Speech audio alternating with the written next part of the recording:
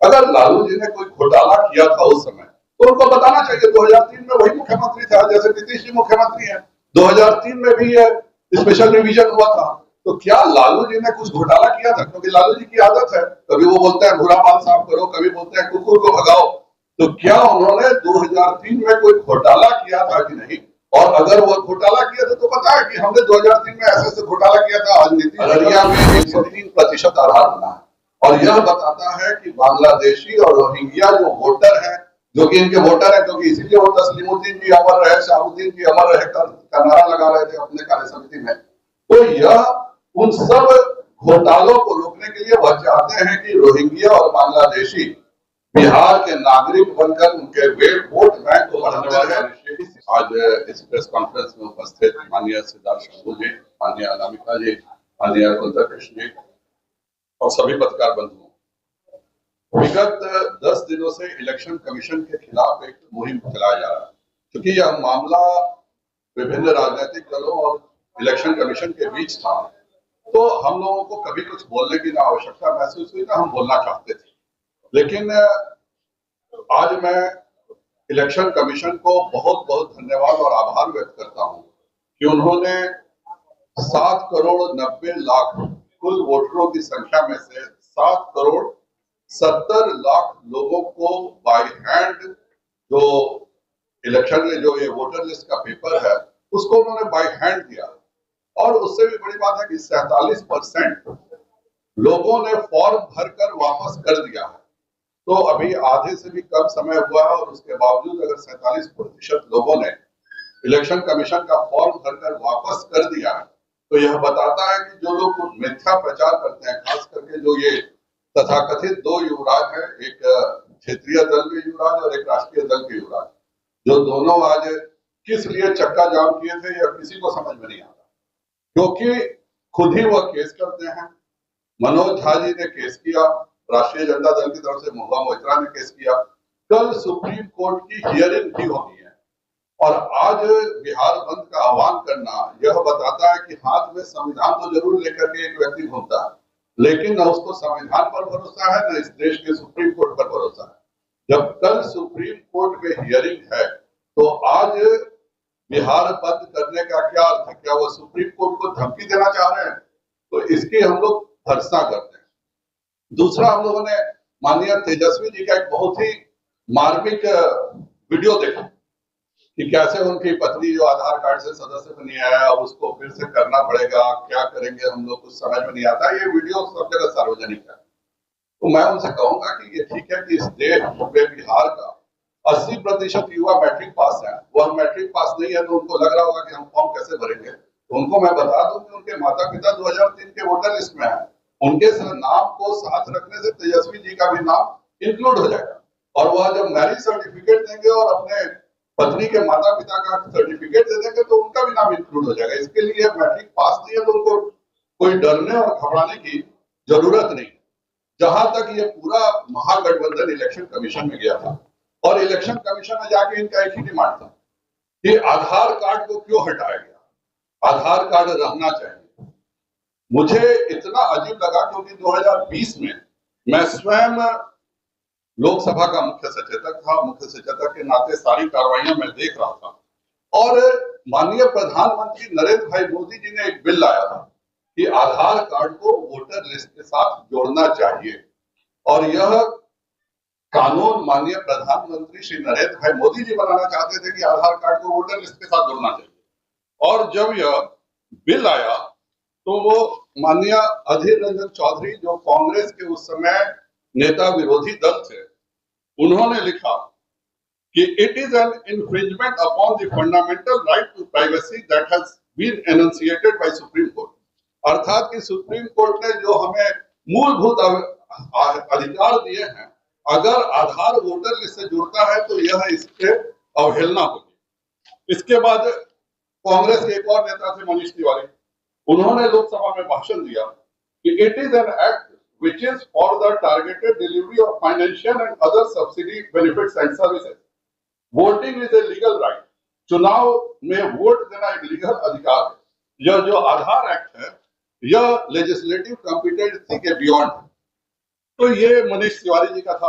अभी हमने एक और बहुत महोदय का बयान देखा कि भाई आप आधार कार्ड को क्यों नहीं अलाउ कर रहे हैं। उन साहब का नाम है असउद्दीन ओवैसी साहब। असउद्दीन ओवैसी साहब ने लोकसभा में कहा कि the linking of IDs and Aadhaar violates the fundamental right of privacy as defined by Puttaswamy. अर्थात कुद्दुस्वामी केस में अगर हम आधार को और वोट को एक साथ लिंक करते हैं तो यह मूलभूत अधिकार के खिलाफ है। उसके बाद टीएमसी की महुआ मोइत्रा केस भी हुई है। उनका केस दरअसल बिहार की चिंता को लेकर के नहीं है, कल उनकी भी हियरिंग है। उनकी असली चिंता यह है कि अगर बिहार से बांग्लादेशी रोहिंग्याओं को अलग किया जाएगा तो बंगाल में तो उनका सारा वोट बैंक ही समाप्त हो जाएगा, वरना बिहार में तृणमूल कांग्रेस का कोई स्टेक नहीं है, फिर भी केस किया जा रहा है। और उन्हीं के पार्टी के जो सबसे सीनियर लीडर है स्वागता राय, वह जब ये आधार को लिंक करने की बात आई तो बोलते हैं this bill is opposed to the Supreme Court judgment of in the Puttaswamy case where it is mentioned that Aadhaar is given to all residents whereas EPIC is given to all citizens। अर्थात यह भी supreme court के खिलाफ है। आधार जो है वो कोई भी रहने वाले को दिया जा सकता है, जबकि एपिक जो है वह केवल भारतीय नागरिकों को दिया जा सकता है। उसके बाद कांग्रेस के शशि थरूर महोदय ने उसी लोकसभा में कहा कि we are forgetting that Aadhaar was only meant to be a proof of residence, it is not a proof of citizenship। अर्थात कि आधार जो है यह केवल रहने का प्रूफ है या नागरिकता का प्रूफ नहीं है। इतना ही नहीं, माननीय तेजस्वी यादव जी के जो अपने रिश्तेदार हैं, इनके बहनोई को जो चाचा लगते हैं, श्री राम गोपाल यादव जी, उन्होंने कहा कि मैं पूरे तरीके से इस बिल को अपोज करता हूं। ये राज्यसभा में मुझे इससे ज्यादा कुछ नहीं कहना। और इतना ही नहीं, मल्लिकार्जुन खड़गे भी इसमें पूर्ण रूप से सपोर्ट कर रहे थे। तो एक व्यक्ति जो कांग्रेस पार्टी है, जो राष्ट्रीय जनता दल है, यह लोकसभा में जब आधार को वोटर लिस्ट से जोड़ने का कानून आता है तो वहां विरोध करता है। और आज यह प्रश्न करता है कि क्यों आधार कार्ड को नहीं जोड़ा जा रहा। सही स्थिति यही है कि राष्ट्रीय जनता दल की हमेशा से दोमुखी नीति रही है।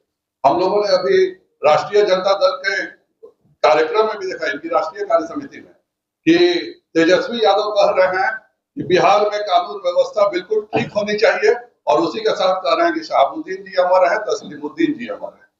तो ये इनका यही दोहरा चरित्र है।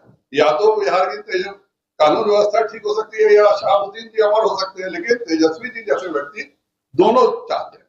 मेरे 5 प्रश्न हैं जो मैं जरूर पूछना चाहूंगा महागठबंधन से।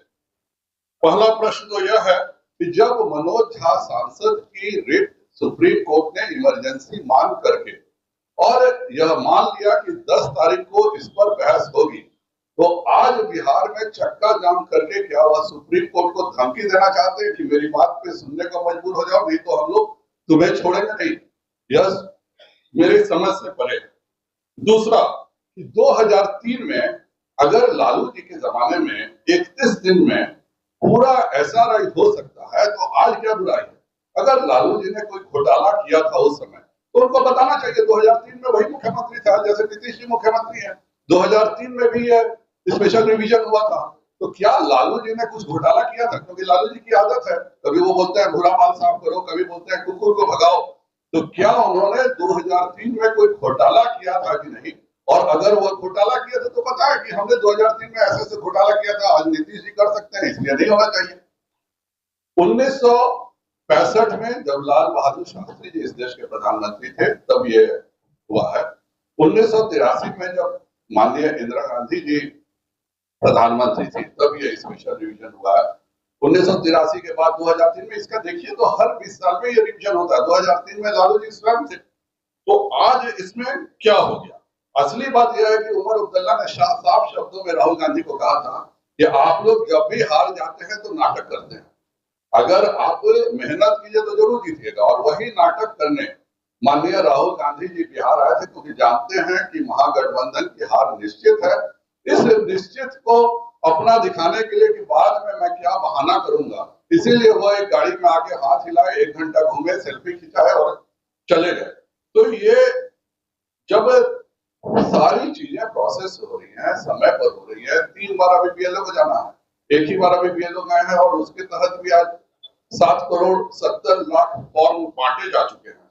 तो दिक्कत क्या है? दिक्कत एक ही है, जो कि कभी ये नाम नहीं लेते। ये हमेशा बोलते हैं पिछड़ों के, आदिवासियों के, दलितों की बात करते हैं, कभी यह नहीं बोलते हैं कि अगर यह कानून लागू हो गया, अगर स्पेशल रिवीजन हो गया, तो इंटेंस रिवीजन होने के कारण जितने रोहिंग्या और बांग्लादेशी उनका नाम कट जाएगा।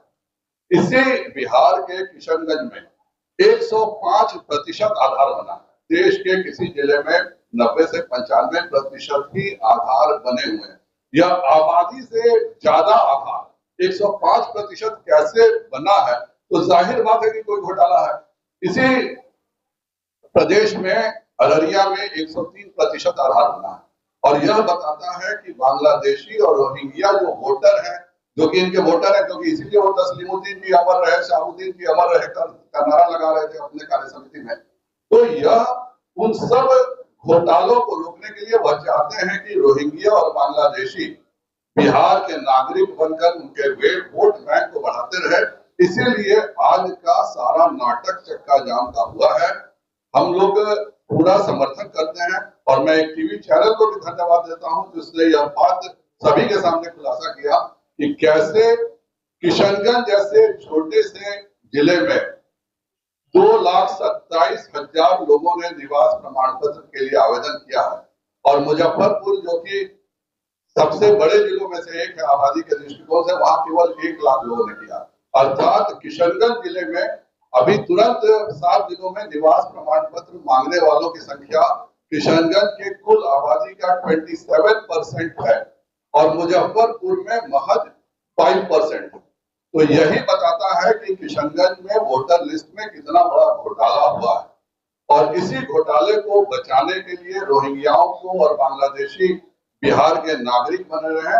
इसी के कारण दोनों ये तेजस्वी जी और राहुल जी बिहार में नाटक कर रहे थे। बिहार की जनता बहुत संवेदनशील है। मैं तो इन लोगों से पूछना चाहूंगा कि इनमें से कितने लोगों ने अपना नाम रिवीजन में नहीं दिया है? सभी ने जरूर दिया होगा, उसके बाद यहाँ धरना देने आए होंगे। तो आप सबसे मेरा यही अनुरोध है कि यह इलेक्शन कमीशन जो कार्य कर रहा है, हम उसमें नहीं पढ़ना चाहते थे, लेकिन जिस तरह से भाजपा को और एनडीए को कटघरे में खड़ा करने की कोशिश की जा रही है, हम उसका विरोध करते हैं। मैं अपने सभी पीएलए से अनुरोध करता हूं, और सभी वॉलंटियर्स जो हैं उनसे भी अनुरोध करता हूं कि कृपया कर देखिए, एक भी वोटर का रजिस्ट्रेशन छूटना नहीं चाहिए। बिहार के प्रत्येक नागरिक को संविधान ने हक दिया 18 साल से ऊपर के नागरिकों को वोट देने का, और वह मिलना चाहिए। जब एनआरआई को, जो इस हिंदुस्तान से 10 महीने से ज्यादा समय बाहर आप रहते हैं, तब आपको नॉन रेजिडेंट इंडियन का स्टेटस मिलता है।